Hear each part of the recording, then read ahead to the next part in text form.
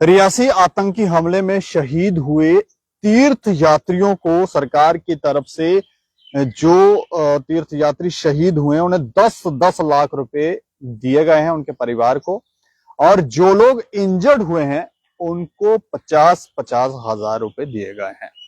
कल की घटनाक्रम के बारे में हम आपको थोड़ी जानकारी दे दें तो आतंकियों की तरफ से घात लगाकर पोनी में, रियासी के पोनी इलाके में एक मोड़ है, वहां पर घात लगाकर बस के चालक के ऊपर गोली मारी गई। बस के चालक को गोली मारी गई और चालक जो था वो संतुलन खो बैठा। उसके बाद गाड़ी गहरी खाई में गिर गई और जानकारी यह है कि चारों तरफ से उस गाड़ी के ऊपर भी फायरिंग की गई और लगभग 40 से 50 राउंड वहां पे फायर किए गए और जिसमें 10 लोगों की मौत हो गई और 33 लोग घायल हो गए।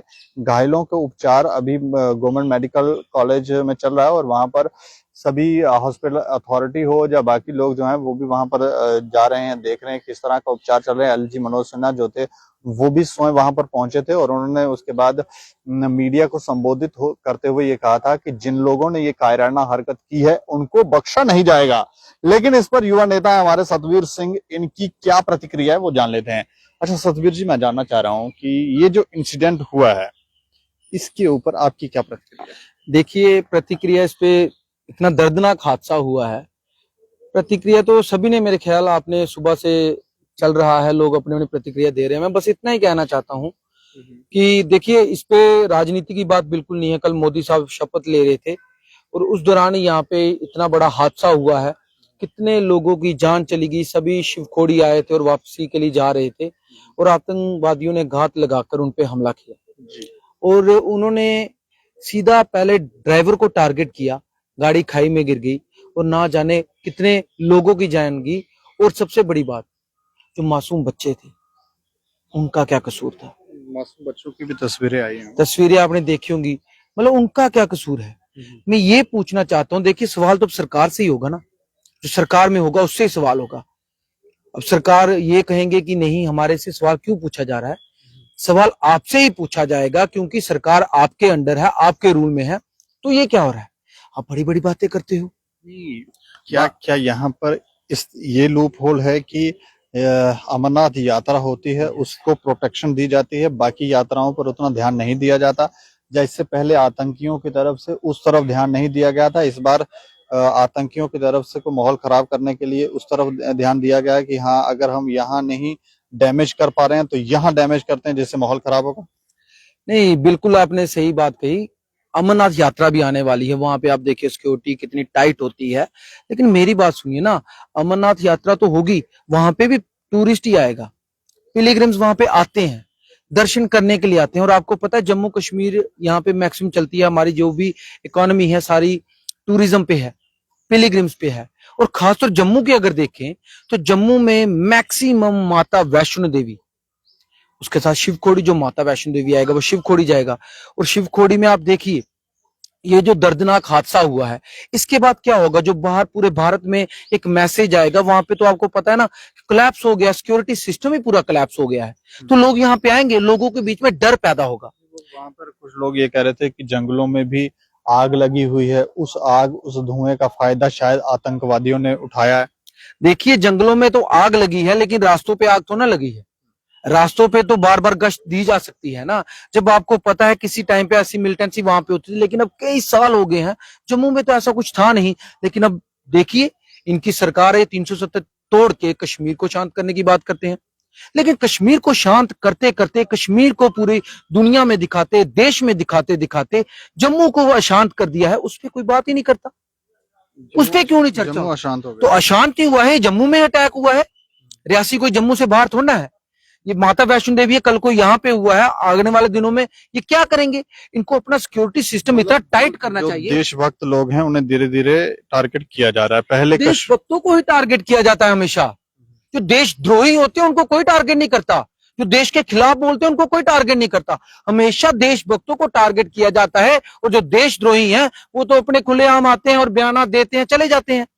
मतलब आपका कहने का अर्थ है कि अब धीरे धीरे जम्मू की तरफ ये लोग कूच कर रहे हैं और जम्मू के लोगों को टारगेट कर रहे हैं। जम्मू के लोगों को टारगेट कर रहे हैं जनाब, जम्मू के लोगों को। रियासी पहुंच के, रियासी से आते धीरे धीरे, अभी आपने थोड़े दिन पहले देखा रामनगर में भी हुआ, वो जहाँ पे एक वीडीसी का हमारा जवान शहीद हो गया, आपने देखा होगा, ये जम्मू में हो रहा है।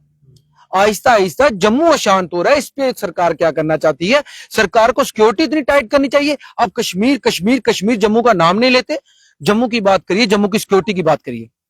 ऐसा अगर चलेगा तो ये तो आप जम्मू का जो टूरिज्म है उसको खत्म करना चाहते हैं। जम्मू में जो यात्री आते हैं, आप तो आहिस्ता आहिस्ता अगर ऐसे हालात बनते रहे तो जम्मू तो खत्म हो जाएगा ना। जम्मू तो मैक्सिमम डिपेंडेंट भी इसी पे है ना। इस घटनाक्रम से युवाओं पर क्या असर पड़ता है? युवाओं पे ये असर पड़ता है कि युवा सोचते हैं जिनको हमने मौका दिया है, जो बार बार बातें करते हैं, जम्मू कश्मीर बिल्कुल शांत हो गया है, जम्मू कश्मीर में कोई ऐसी अटैक्स नहीं होते, जम्मू कश्मीर में मिलिटेंसी टोटल खत्म हो गई। जब लोग युवा ये देखते हैं तो युवा के दिल में क्या होता होगा? राज्यपाल तो पिछले जब से वो आए हैं उन्होंने काफी हद तक अच्छा काम किया है और ये काफी घटनाओं में शांति भी आई है ना शांति। तो हम उपराज्यपाल जी की तारीफ करते हैं। हम उनसे ये कहना चाहते हैं, हम उनमें से नहीं हैं जो ये कहेंगे मिलिटेंसी के दो रूप होते हैं। नहीं, एक ही रूप होता है जो किसी को मारता है। तो उपराज्यपाल साहब जी, मोदी जी की सरकार है, दमदार सरकार है, तो वहां से एक ऑर्डर लाइए, जो मिलिटेंट है शूट एट द साइड, उसको भी गोली मारी जाए ना। हमारे नहीं, बात सुनिए, कई बार टेररिज्म का वो ट्रायल चलता है 20-20 साल 30-30 साल, हमारी रोटियां तोड़ते हैं। उनको रोटियां तोड़ने के लिए क्यों रखना है? जब है तो टू द पॉइंट और उनको ऑन द स्पॉट उनको भी गोली होनी चाहिए। और जो लीडर बीच में आते हैं ये करने के लिए, आतंकवाद के रूप दिखाते हैं, ऐसे होता है ऐसे होता है, उनकी बात नहीं सुननी है। इतना दमदार स्ट्रिक्ट एक्शन होने चाहिए कि उनको भी डर पड़ जाए कि अगर हम किसी को मारने के लिए जाएंगे तो हमें भी सीधा गोली का ऑर्डर है, हमें भी मारा जाएगा।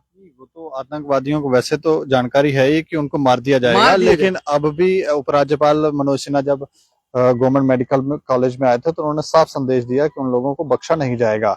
तो एक्शन तो देखने को मिलेगा ही मिलेगा। बिल्कुल, हम तो वेट ही ये कर रहे हैं और हम एलजी साहब के साथ हैं कि अगर ऐसा एक्शन होता है तो हम एलजी साहब के साथ हैं। और ऐसे एक्शन के लिए हमारी आर्मी और हमारी पुलिस भी 24 आवर तैयार रहनी चाहिए। ऐसा उनको ऑर्डर होना चाहिए कि अगर कुछ ऐसा होता है तो आपके पास फुल पावर्स है, आप इस्तेमाल करिए। और हमारे यात्रियों पे जो पूरे भारत वर्ष से यहाँ पे आते हैं उनको आंच नहीं आनी चाहिए, उनको फुल पावर्स दीजिए। खास तौर पे मिलिटेंसी के मसले में फुल पावर्स होनी चाहिए। हम ये समर्थन करते हैं आपका। और थोड़े दिन अभी सरकार बनी है कल देश की, एलजी साहब ने दिया है, हम 1-2 दिन में देखना चाहते हैं कि इसमें क्या किया जाता है।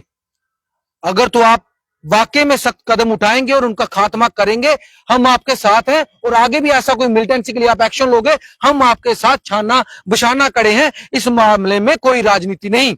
लेकिन अगर कुछ ऐसा होगा तो सवाल भी हम आपसे ही करेंगे, सवाल हम उनसे ही करेंगे।